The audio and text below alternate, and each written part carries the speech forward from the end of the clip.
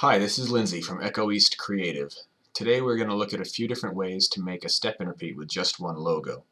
As for software, you could use Adobe Illustrator, but I'm going to use Inkscape, which is a well-made, open source, and free vector illustration program. I'll start just by adding a background layer and putting some sort of fill on it. In this case, I'm going to put in a gradient.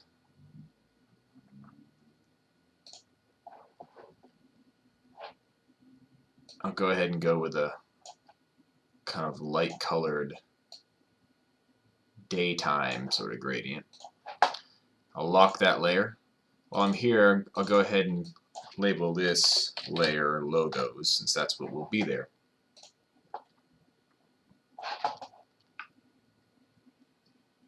Now I'll import the logo we're going to use, our one logo. So we import.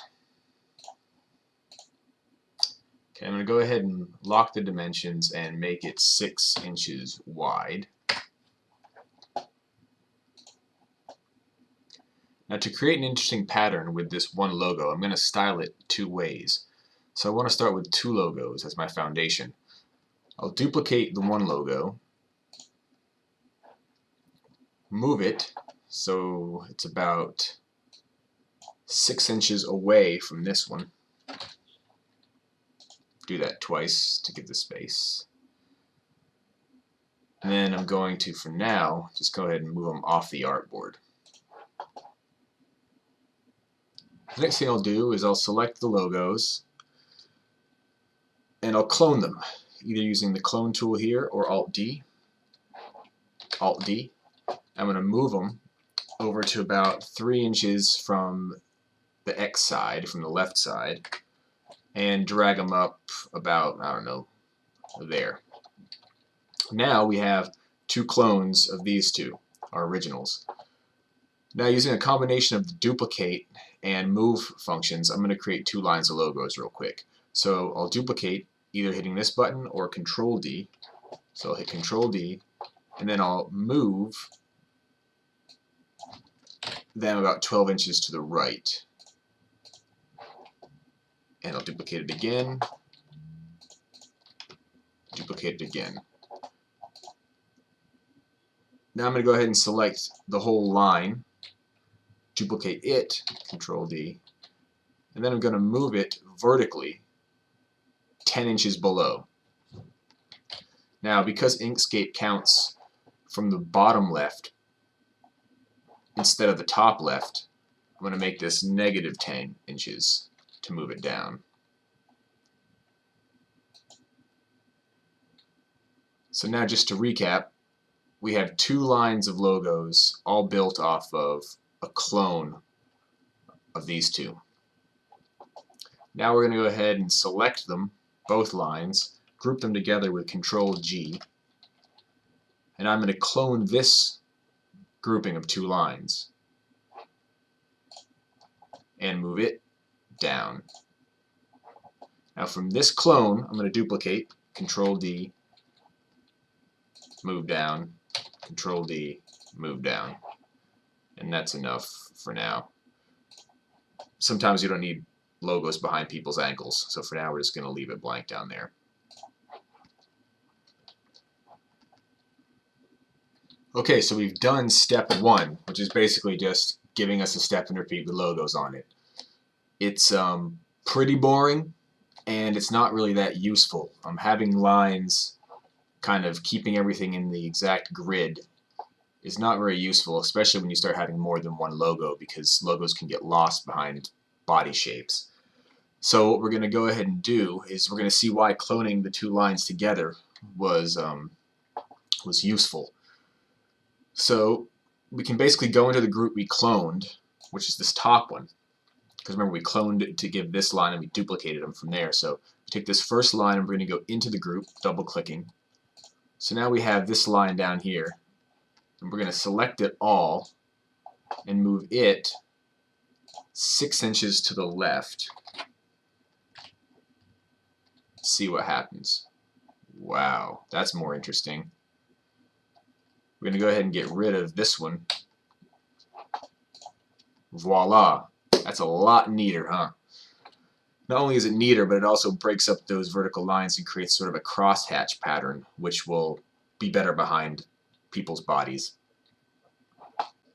Sometimes this is the only thing a client wants or needs, is just a crosshatched pattern of one logo, all the same size and shape and everything. But we can kick it up a notch. If you remember, we cloned these first two. Everything's built off a clone of these over here, our foundation logos. So since they're a pair, we can do some interesting stuff. So the first thing we could try is just simply color. So say we wanted this second one here to be a lighter gray. You see how every single one gets changed because we've cloned them. So that's already kind of interesting.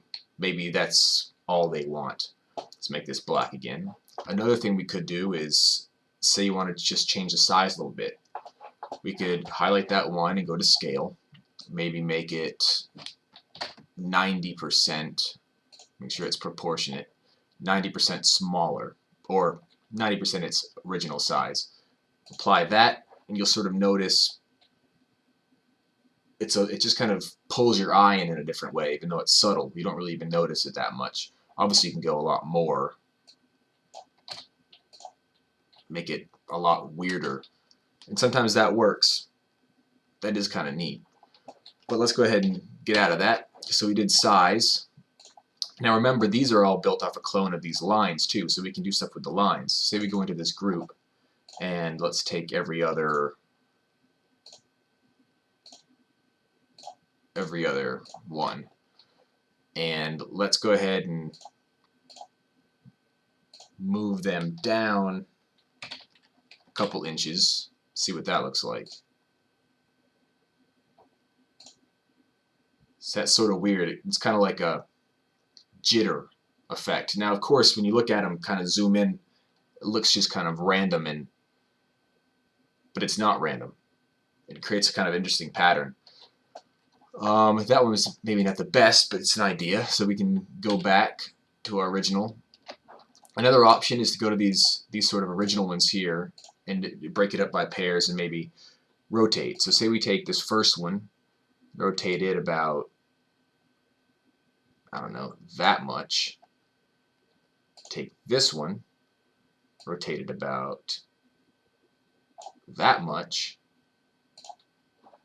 And look what we have here. It's almost like wheels surrounding a center point. That's pretty cool. Okay, so we have that one. Go back to that. And now we also, one more thing we can try is like a line rotation. So go back into here, highlight this whole line, rotate it minimally like that, and take this whole line, rotate it minimally like that. And that sort of breaks up the pattern a little bit too, just creates some sort of visual interest that kind of makes you look a couple times. And that's the idea, right? To look a couple times. Even though people, it's about the people in front of the step and repeat. If you give something interesting behind it, you want to see the logos. I mean, that's what the brands are paying you for. So even subtle things that kind of give a kind of a trick to the mind to make you look into the step and repeat a little bit more will help deliver the message and will help get those kind of logos viewed. And in addition, will kind of make it look a little more interesting than just a wall with logos on it, even though that's basically what it is. So we've done it. We've taken a look at a few different ways to make a one logo step and repeat a bit more interesting.